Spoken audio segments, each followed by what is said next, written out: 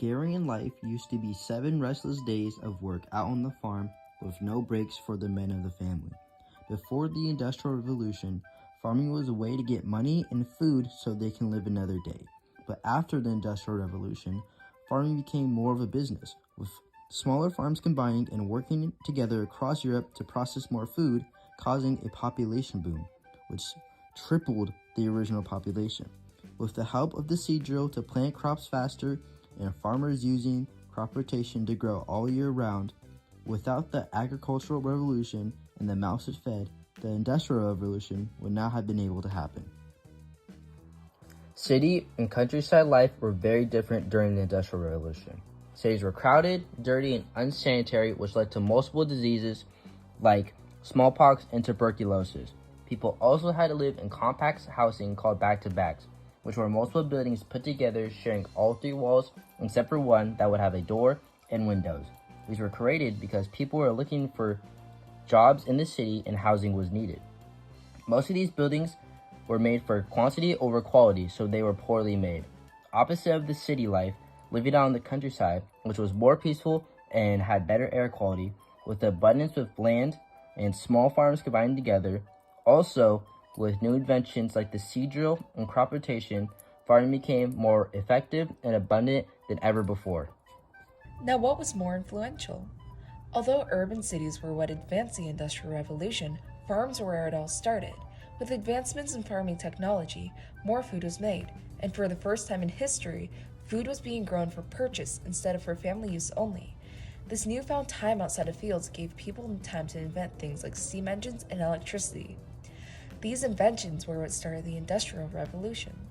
As the enclosure method of farming gained popularity, more and more small family farmers were forced into the city. These old farmers would then become workers in factories that would create goods for all over England. Without the advancements in agrarian life, these farmers would have never ended up in the city creating goods that would have furthered the Industrial Revolution. With a growing number of people moving to urban areas, farmers took on the responsibility of feeding all of them. Without farmers, there wouldn't be nearly enough food to sustain the growing population. Scene 4. What farms provided. Farms provided all the food that fed the workers in factories, along with supplying food for the people of England. They created an abundance so big that they were able to sell their goods all over Europe. Scene 5. Why cities were bad during the Industrial Revolution. One of the main reasons city life was bad was because of all the factories being built in time. These factories put out black smoke with chemicals inside that gave people many diseases and illnesses. Another bad thing about the cities was that the population was very high, with a higher demand of food, but barely any farmland in the cities. Additional information. Because of the time, factory work was dominated by women and children. Factory owners knew that they could pay them less. Because of this, many men were left out of a job, and they turned to alcoholism. This alcoholism turned to rampant crime in the streets of London. Additionally, because women and children were the ones in factories, they suffered the most. Factories were not made in the mind of people, they were made in the mind of making goods for London.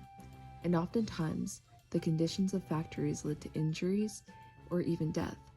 People would often get arms stuck in machines, they would get cotton in their lungs, and with all the toxic chemicals, they would suffer from illnesses way later on in their lives.